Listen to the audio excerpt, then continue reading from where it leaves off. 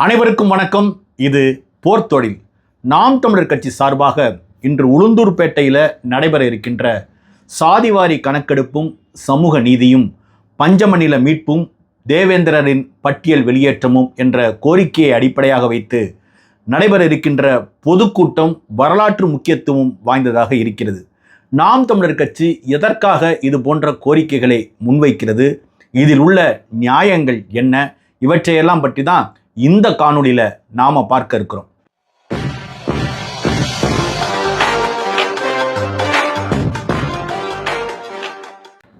நேற்றைய தினம் டிசம்பர் 6 அறிவாசான் அண்ணல் அம்பேத்கர் அவர்களுடைய 69வது ஆண்டு நினைவு நாள். அந்த நினைவு நாளில் நாம் அறிவாசான் அண்ணல் அம்பேத்கருக்கு நமது புகழ் வணக்கத்தை செலுத்துவதில் பெருமிதம் அடைகின்றோம். ஏன் அண்ணல் அம்பேத்கர் அவர்கள் இதுவரைக்கும் தோன்றிய இந்திய அறிஞர்களிலேயே மிக முக்கியத்துவம் வாய்ந்த ஒரு இடத்தை பெற்றிருக்கிறார்கள் என்று சொன்னால், அண்ணல் அம்பேத்கர் தான் இந்திய சமூகத்தை அறிவியல் பூர்வமாக அணுகியவர்.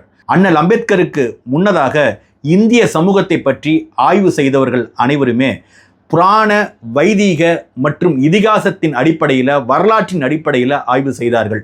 அண்ணல் அறிவாசான் அம்பேத்கர் வந்த பிறகுதான் அறிவியல் பூர்வமாக தனது ஆய்வுகளை மாற்றினார். இந்த இந்திய பெருநிலம் என்பது பல்வேறு தேசிய இனங்களை கொண்ட ஒரு மிகப்பெரிய நிலமாக இருக்கிறது.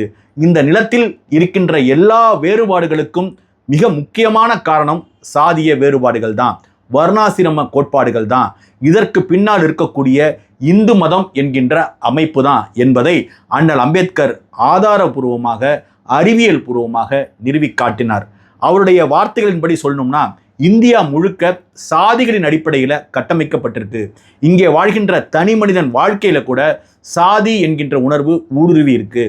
சாதியால் பிரிக்கப்பட்ட மனிதர்கள் இந்த நாட்டில் ஒருவர் மிகுந்த செல்வாக்கு கொண்டவராகவும், மற்றொருவர் தாழ்த்தப்பட்டவராகவும், இன்னொருவர் பிற்படுத்தப்பட்டவராகவும் காட்சியளிப்பது என்பது முழுக்க முழுக்க வர்ணாசிரம தர்ம கோட்பாட்டின் அடிப்படையில் தான் என்பதை அண்ணல் அம்பேத்கர் மிக தெள்ள தெளிவாக ஆய்வு செய்து உலகத்திற்கு அறிவித்தார். சாதிவாரி கணக்கெடுப்பு என்பது மேலோட்டமாக பார்த்தால் மிக சாதாரணமான ஒரு கோரிக்கையாக இருக்கலாம்.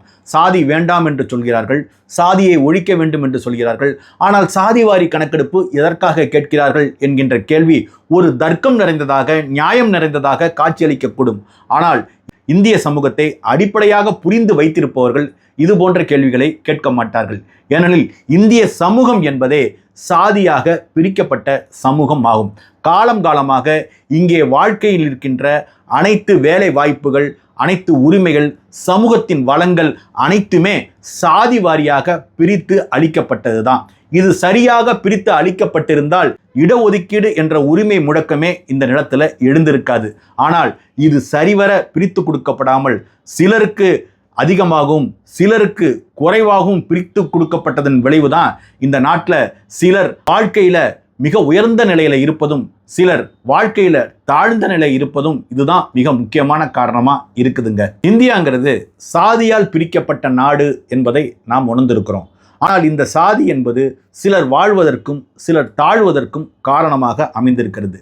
1931ஆம் ஆண்டில் எடுக்கப்பட்ட மக்கள் தொகை கணக்கெடுப்பு தான் இந்திய மக்களை சாதி வாரியாக கண்டறிந்து ஆய்வு செய்து எடுக்கப்பட்ட ஒரு முழுமையான கணக்கெடுப்பு. அதற்கு பிறகாக எந்த ஒரு கணக்கெடுப்பும் எடுக்கப்படலை. கடைசியாக எடுக்கப்பட்ட 2011 கணக்கெடுப்பு கூட சாதி வாரியாக, குலம் வாரியாக, இனப்பெயர்கள் வாரியாக தகவல்கள் சேகரிக்கப்பட்டு எடுக்கப்பட்டிருந்தாலும் அந்த தகவல்களை இதுவரை மத்திய அரசாங்கம் வெளியிடலை. ஒவ்வொரு 10 ஆண்டும் இந்தியாவில் மக்கள் தொகை கணக்கெடுப்பு தொடர்ச்சியாக எடுக்கப்பட்டு வருதுங்க. இதில் மிக முக்கியமான சுவாரஸ்யமான சில தரவுகளை பார்ப்போம். 1901ஆம் ஆண்டு எடுக்கப்பட்ட மக்கள் தொகை கணக்கெடுப்பின்படி இந்தியாவில் மட்டும் 1646 சாதிகள் கண்டறியப்பட்டிருக்குங்க. அதற்கு பிறகு 1941ஆம் ஆண்டு எடுக்கப்பட்ட மக்கள் தொகை கணக்கெடுப்பின்படி 4000த்திற்கும் மேற்பட்ட சாதிகள் கண்டறியப்பட்டிருக்குங்க. கடைசியாக எடுக்கப்பட்ட 2011 மக்கள் தொகை கணக்கெடுப்பின்படி 46 லட்சம் சாதி பெயர்கள், இனப்பெயர்கள், குலப்பெயர்கள் என மக்கள் எப்படி பிரிவினையாக பிரிந்து கிடக்கிறார்கள் என்பதை இந்த மக்கள் தொகை கணக்கெடுப்பு அடையாளப்படுத்தினுச்சிங்க. அது எப்படிங்க 1901 1646 சாதிகளாக இருந்த இந்த சாதி பிரிவினைகள் 2011ஆம் ஆண்டுல 46 லட்சம் சாதி பிரிவினைகளாக, குலப்பெயர்களாக, இனப்பெயர்களாக மாறி வளர்ந்திருக்கு அப்படின்னு கேட்டீங்கன்னா, வர்ணாசிரம தர்ம கோட்பாட்டின் அடிப்படை தீமையே அதுதாங்க. அது ஒவ்வொரு மனிதனும் தனிப்பட்ட முறையில தனக்கு கீழே இன்னொருவன் இருக்க வேண்டும் என்கின்ற ஒரு மோசமான உளவியலை வைத்து கட்டமைக்கப்பட்ட ஒரு கோட்பாடுங்க. இந்த கட்டமைக்கப்பட்ட கோட்பாட்டின்படி இங்கே ஒவ்வொரு நாளும் புதிய புதிய சாதிகள் பிறந்து கொண்டிருக்கின்றன, ஏற்றத்தாழ்வுகள் பெருகி கொண்டிருக்கின்றன. எனவேதான் வர்ணாசிரம தர்ம கோட்பாடு என்பது சக மனிதனை இழிவுபடுத்துகிற, மனிதர்களுக்குள் வேறுபாட்டை உண்டாக்குகிற மிக மோசமான ஒரு கோட்பாடுன்னு எல்லோரும் சொல்றாங்க. குறிப்பாக அண்ணல் அம்பேத்கர் இதை பற்றி ஆய்வு செய்யும் போதே இந்த வர்ணாசிரம கோட்பாடு என்கின்ற இந்த கோட்பாட்டின் அடிப்படையாக வைத்துதான் இந்த இந்திய பெருந்தேசமே இயங்கி கொண்டிருக்கிறது. அதனால இங்கே இருக்கின்ற எல்லா ஏற்றத்தாழ்வுகளுக்கும் இந்த வர்ணாசிரம கோட்பாடு தான் காரணம் என்று அவர் சொல்லியிருக்கிறாருங்க. இப்ப 46 லட்சம் சாதிகள் கொண்ட, இனப்பெயர்கள் கொண்ட, குலப்பெயர்கள் கொண்ட, குழுக்கள் பெயர் கொண்ட இந்த வேறுபாடுகளை எப்படி கணக்கெடுப்பது?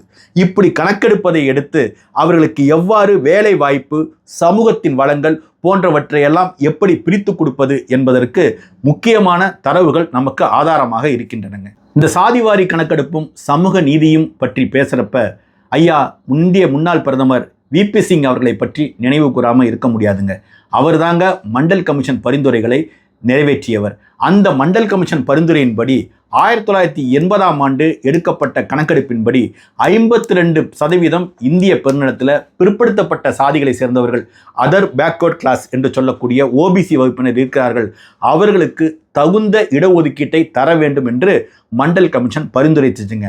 வட மாநிலங்களில் இந்த மண்டல் கமிஷன் பரிந்துரை ஏற்று மிகப்பெரிய போராட்டங்கள் நடந்ததுனால அப்போ பிரதமராக இருந்த ஐயா விபி சிங் துணிச்சலாக இந்த மண்டல் கமிஷன் பரிந்துரைகளை நடைமுறைப்படுத்தினாருங்க. தமிழ்நாடு மட்டும்தாங்க மண்டல் கமிஷன் பரிந்துரைக்கு ஆதரவாக இருந்தது. மற்ற பெரும்பாலான வடநாட்டு மாநிலங்கள் இதை கடுமையாக எதிர்த்தாருங்க. காரணம் என்னன்னா, அங்கே தங்களுக்கு ஆதரவாக இந்த மண்டல் கமிஷன் பரிந்துரைகள் வந்திருக்கின்றன என பிற்படுத்தப்பட்ட மக்கள் கூட புரிந்து கொள்ள முடியாத அடிமை வீழ்ச்சியில இருந்தாங்க என்பது தாங்க உண்மை. கமிஷன் பரிந்துரைப்படி 52% பிற்படுத்தப்பட்ட மக்கள் இருக்கிறாங்கங்க. இந்திய அரசியலமைப்பு சட்டத்தின்படி 50%க்கு மேலாக இடஒதுக்கீடு என்பது வழங்கப்படக்கூடாது. ஆனால் 52% பிற்படுத்தப்பட்ட மக்களே இருக்கிறாங்கன்னு மண்டல் கமிஷன் பரிந்துரை சொல்லுதுங்க. ஏற்கனவே எஸ்சி எஸ்டி, அதாவது தாழ்த்தப்பட்ட பழங்குடி மக்களுக்கான இடஒதுக்கீட்டு உரிமை என்பது 22%. மிச்சம் இருக்கிற 27% தான் இந்த அதர் பேக்வர்ட் கிளாஸ் என்று சொல்லக்கூடிய ஓபிசிக்கு, பிற்படுத்தப்பட்ட மக்களுக்கு வழங்கப்படக்கூடிய ஒரு சூழல் இருக்குதுங்க. அதனால தான் இந்த 50% இடஒதுக்கீட்டு உரிமையை தான் தரணுங்கிறத மத்திய அரசு மறுபரிசீலனை செய்யணும், இந்திய அரசியலமைப்பு சட்டத்தில் உரிய திருத்தம் செய்யணும் என்பதான குரல்கள் எழும்பி இருக்குங்க. அதே போல ஐயா விபி சிங் கொண்டு வந்த இந்த மண்டல் பரிந்துரைகளின் அடிப்படையில் சாதிவாரி கணக்கெடுப்பு எடுக்கப்பட வேண்டும் என இன்னைக்கு நாடு முழுக்க போராட்ட குரல்கள் எழும்பி இருக்குங்க. நாம் தமிழர் கட்சி சென்ற வருடம் இந்த சாதிவாரி கணக்கெடுப்பும் சமூக நீதியும், பஞ்சமி நில மீட்பு மற்றும் பட்டியல் வெளியேற்றம், தேவேந்திர குல வேளாளர் பட்டியல் வெளியேற்ற கோரிக்கை போன்றவற்றிற்கு ஆதரவாக ஒரு மிகப்பெரிய ஒரு பேரணியை சென்னைக்கு அருகே உள்ள திருப்போரூரில் நடத்தியது. இப்போ இன்னைக்கு உளுந்தூர்பேட்டையில் மிகப்பெரிய ஒரு பொதுக்கூட்டத்தை நடத்துகிறது. இப்படி தொடர்ச்சியாக சாதிவாரி கணக்கெடுப்பை பற்றி பேசிக்கொண்டும், அதற்கான சமூக நீதியை பற்றி உரிமை முழக்கங்கள் எழுப்பிக்கொண்டும், பஞ்சமி நில மீட்பின் அவசியத்தை பற்றி பேசிக்கொண்டும், அதே போல பட்டியல் வெளியேற்றம் என்பதான மிக முக்கியமான தேவேந்திர குல வேளாளர்களின் உரிமை முழக்கத்தை பற்றி பேசிக்கொண்டும் இருக்கின்ற ஒரே கட்சியாக நாம் தமிழர் கட்சி தாங்க திகழுது. காரணம் என்னன்னா, மக்களுக்கு நெருக்கமான ஒரு வடிவத்தில் நின்று அரசியலை அணுகக்கூடிய அமைப்பாக நாம் தமிழர் கட்சி திகழுதுங்க. அண்ணன் சீமான் அவர்களின் சிந்தனை ஓட்டம் என்பது எப்போதுமே முழுக்க முழுக்க சமூக நீதி சார்ந்த ஒரு சிந்தனை ஓட்டம் தாங்க. அண்ணன் சீமான் தாங்க தொடர்ச்சியா இது பற்றி பேசி வருகிறார். சாதிவாரி கணக்கெடுப்பை பற்றி பேசும்போதெல்லாம் அள்ளி கொடுக்காதே அளந்து கொடு, எடுத்து கொடுக்காதே எண்ணிக்கொடு என்ற முழக்கத்தை அவர் அடிப்படையாக வைத்திருக்கிறாருங்க. அதுபடி சமூக நீதி நிலைநாட்டப்பட வேண்டுமானால் சாதிவாரி கணக்கெடுப்பு நடத்தப்பட வேண்டும். சாதிவாரி கணக்கெடுப்பு நடத்தப்பட்டால் இங்கே எந்தெந்த சாதிகள் வேலை வாய்ப்பு மற்றும் பல்வேறு பலன்கள், சமூகத்தின் வளங்கள் போன்றவற்றை யார் யார் அனுபவித்து கொண்டிருக்கிறார்கள் என்கின்ற விவரம் வெளியாகி விடுங்க. மேலும் தமிழ்நாட்டில் பிற மாநிலங்களை சேர்ந்த பிற இனங்களை சேர்ந்த மக்கள் எப்படி இந்த வேலைவாய்ப்பு போன்ற உரிமைகளை அனுபவித்துக் கொண்டிருக்கிறார்கள் என்ற விவரமும் தெரிஞ்சிடுங்க. அதனால தான் சில பேர் இந்த முழக்கத்தை தீவிரமாக எதிர்க்கிறார்கள். அடுத்ததாக பஞ்சமி நிலம் மீட்புங்க. 1892ஆம் ஆண்டு பிரிட்டிஷ் அரசாங்கத்தினால இந்த மண்ணில் காலமாக சாதியின் பெயரால் தாழ்த்தப்பட்டு கிடக்கக்கூடிய மக்களுக்கு அரசாங்கத்தால் வழங்கப்பட்ட நிலங்கள் தாங்க இந்த பஞ்சமி நிலங்கள். இந்த பஞ்சமி நிலங்கள் அல்லது பஞ்சமர் நிலங்கள் என்று அழைக்கப்பட்டவை எல்லாமே அதுவரை வாழ முடியாமல் இந்த சமூகத்தில் சாதிய அழுத்தத்தால் தாழ்த்தப்பட்டு வீழ்த்தப்பட்டிருக்கின்ற மக்களின் வாழ்வாதாரத்திற்காக, அவர்களின் வாழ்வாதாரத்தை உயர்த்துவதற்காக வழங்கப்பட்ட நிலங்கள் ஆகுங்க. இந்த பஞ்சமி நிலங்கள் என்பவை இப்போது அரசியல்வாதிகளால் அதிகாரத்தினால வேட்டையாடப்பட்டு எந்த மக்களுக்கு அந்த நிலங்கள் வழங்கப்பட்டனவோ அந்த மக்களிடமிருந்து அந்த நிலங்கள் பிடுங்கப்பட்டிருக்கின்ற கோர காட்சிகளை தாங்க வரலாறு முழுக்க பார்க்க முடியுது. 2011ஆம் ஆண்டு நீதிபதி மருதமுத்து தலைமையில் பஞ்சமி நிலங்களை எப்படி மீட்பது என ஆராயப்பட்டுச்சுங்க. தமிழ்நாட்டில் 15,000 கிராமங்களில் ஏறக்குறைய 19 லட்சம் ஏக்கர் பஞ்சமி நிலங்கள் இன்னும் மீட்கப்படாமல் இருக்கின்றன, உரிய மக்களுக்கு சேர்க்கப்படாமல் இருக்கின்றன. அந்த நிலங்கள் சரிவர கணக்கெடுக்கப்பட்டு அரசியல்வாதிகள் கையிலையும் ஆட்சியாளர்கள் கையிலையும் அரசாங்கத்தின் கையிலையும் அதிகாரம் கொண்டோர்கள் கையிலையும் இருந்த அந்த நிலங்கள் மீட்கப்பட்டு மீண்டும் அதற்கு உரியவர்கள்ட்ட சேர்க்கப்படணுங்கிறது தாங்க இந்த பஞ்சமி நில மீட்பு. மிக முக்கியமான கோரிக்கையான இந்த பஞ்சமி நில மீட்பு குறித்து எந்த அரசியல் கட்சியுமே பேச மறுக்கிறதுங்கிறது மிக கொடிய நிலங்க.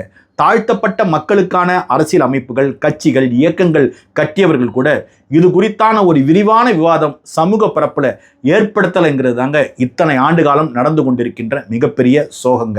ஆனால் நாம் தமிழர் கட்சி தான் இதை மிகப்பெரிய அளவில் ஒரு பொதுக்கூட்டத்தின் கோரிக்கையாக முன்வைத்து இந்த பஞ்சமி நில மீட்பு என்பதை மீண்டும் ஒரு பேசு பொருளாக மாற்றி இருக்குதுங்க. அடுத்ததாக தேவேந்திர குல வேளாளர்கள் காலமாக கேட்டுக்கொண்டிருக்கின்ற பட்டியல் வெளியேற்றுங்க. கடந்த 30 ஆண்டுகளுக்கு மேலாக தேவேந்திர குல வேளாளர்கள் பட்டியல் வெளியேற்றம் என்ற முக்கியமான ஒரு கோரிக்கையை முன்வைத்து கொண்டிருக்கிறாருங்க. தென் மாவட்டங்களில் பெரும்பான்மை சாதியினராக வாழக்கூடிய தேவேந்திர குல வேளாளர்கள் பட்டியல் சாதியாக இருக்க விரும்பவில்லை என்றும் பட்டியல் சாதி பிரிவில் இருந்து தாங்கள் வெளியேற விரும்புகிறோம் என கடந்த 30 ஆண்டுகளாக போராடி கொண்டிருக்காங்க. மேலோட்டமாக பார்த்தா இவர்கள் எதற்காக பட்டியல் சாதி பிரிவில் இருந்து வெளியேற விரும்புகிறாங்க, பட்டியல் சாதியில் இருந்தால் தானே இவர்களுக்கு இடஒதுக்கீட்டு உரிமை போன்றவையெல்லாம் கிடைக்கும் என்பது போல காட்சி அளித்தாலும் அந்த தேவேந்திர குல வேளாளர்கள் நாங்கள் சுயமரியாதையோடு வாழ்வதற்கு பட்டியல் வெளியேற்றம் என்பது மிக முக்கியமாக இருக்கிறது. எங்களுக்கென்று ஒதுக்கப்பட்ட அந்த 6% இடஒதுக்கீட்டு உரிமை வழங்கப்பட்டால் போதுமானது. இனிமேலும் எங்கள் வாழ்க்கையில் நாங்கள் பட்டியல் சாதியினர் என்ற அந்த பிரிவுக்குள்ள எங்களை நாங்கள் அடக்கிக் கொள்ள விரும்பவில்லை என்று சொல்லி அவர்கள் கிட்டத்தட்ட 30 ஆண்டுகளாக பட்டியல் வெளியேற்றம் என்கின்ற மிக முக்கியமான கோரிக்கையை வைத்து போராடி கொண்டிருக்காங்க. நாம் தமிழர் கட்சியை பொறுத்த வரைக்கும் சாதி ஒழிப்பு தான் மிக முக்கியமானது என்று அது கருதுகிறது. மேலும் சுயசாதி பெருமிதம் என்கின்ற அந்த உணர்வை மாய்த்தால்தான் இன ஓர்மை பெருகும், தமிழன் என்ற ஒற்றுமை அப்போதுதான் நிலவும் என்பதை நாம் தமிழர் கட்சி தொடர்ச்சியாக வலியுறுத்தி வருகிறது. தேவேந்திர குல வேளாளர்கள் கேட்கின்ற இந்த பட்டியல் வெளியேற்றம் என்பது இது மிகவும் உரிமை சார்ந்தது என நாம் தமிழர் கட்சி கருதுகிறது. அவர்கள் தங்களுக்கென்று ஒதுக்கப்படுகின்ற தாங்கள் கோரிக்கொண்டிருக்கின்ற 6% இடஒதுக்கீட்டு உரிமையை வழங்கினால் போதுமானது, தாங்கள் முழு பலனையும் அடைந்து விடுவோம் என்ற முழக்கத்தோடு அவங்க போராடி கொண்டிருக்கிறார்கள். அவர்களது போராட்டம் வெல்ல வேண்டும் என நாம் தமிழர் கட்சி கருதுகிறதுங்க. எனவேதான் தொடர்ச்சியாக தேவேந்திர குல வேளாளர்களின் பட்டியல் வெளியேற்றம் என்ற முழக்கத்தை முன்வைத்து நாம் தமிழர் கட்சியும் போராடி வருதுங்க. இப்படி இந்த 3 கோரிக்கைகளுக்காக நாம் தமிழர் கட்சி போராடி கொண்டிருக்கின்ற இந்த வேலையில தான் 2026 சட்டமன்ற தேர்தல் நெருங்கி கொண்டிருக்கிறது. எல்லா கட்சிகளும் கூட்டணி கணக்குகளை எப்படி வைக்கலாம், இவர் யாரோட போய் சேரலாம், அவரோட போய் சேர்ந்தா எப்படி எடுபடுமா எடுபடாதா போன்ற தேர்தல் கணக்குகளில் இருக்கிறப்ப மக்களின் அடிப்படை பிரச்சனைகளுக்காக நாம் தமிழர் கட்சி களத்தில் நிற்குதுங்க. 2026 தமிழர்கள் என்ன சிந்தித்து வாக்களிக்க போகிறார்கள், தங்கள் இன நலனிற்காகவா, வழக்கம் போல தங்களது வாக்கினை விற்று மற்றவரின் குடும்ப நலனிற்காகவா என்பதை காட்டும் தேர்தலாக 2026 சட்டமன்ற தேர்தல் நடைபெற போதுங்க. எல்லோரும் அதற்காக காத்திருக்கிறோம். நிச்சயம் தமிழர் உரிமை வெல்லும்.